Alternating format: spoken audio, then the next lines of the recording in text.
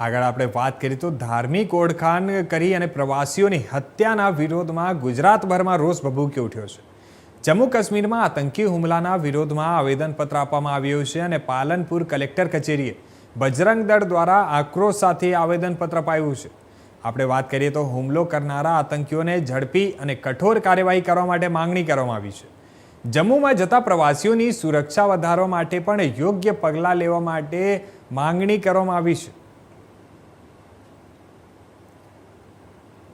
આંતરરાષ્ટ્રીય હિન્દુ પરિષદ અને રાષ્ટ્રીય બજરંગ દળ બનાસકાંઠા જિલ્લો આજે આપણે આવેદનપત્ર આપ્યું જે કાશ્મીરની અંદર જે આતંકવાદી હુમલો થયો છે એની અંદર જે આપણા 27 ભારતીય હિન્દુઓના જે મૃત્યુ થયા છે તે આપણે સરકારને નમ્ર વિનંતી છે કે આની અંદર કે તમે કડકમાં કડક પગલાં લો, જે આરોપીઓ છે એની અંદર ફાંસીની સજા કરો અને ક્યાં સુધી આવી રીતે આપણા હિન્દુ ભાઈઓ અને નામ, જાતિ, ધર્મ તમે જોયું હશે કે એમને ધર્મ પૂછીને જે ગોળી મારી છે ને ત્યાં સમજદારને જરા હિન્દુઓ સમાજને સમજદારને ઇશારો કાપી છે કે ધર્મ જોઈને જો ગોળી મારતા હોય ને તો આજે તમે સમજો અને હવે થોડા સમજદાર બનો અને હિન્દુઓ મારા જાગો। આતંકવાદી હુમલો ખરેખર બહુ સખત છે અને જો અમે વોટ આપ્યા છે ને ઉપર સરકાર બેસાડી છે ડુંગળી બટાકા માટે નથી આપ્યા।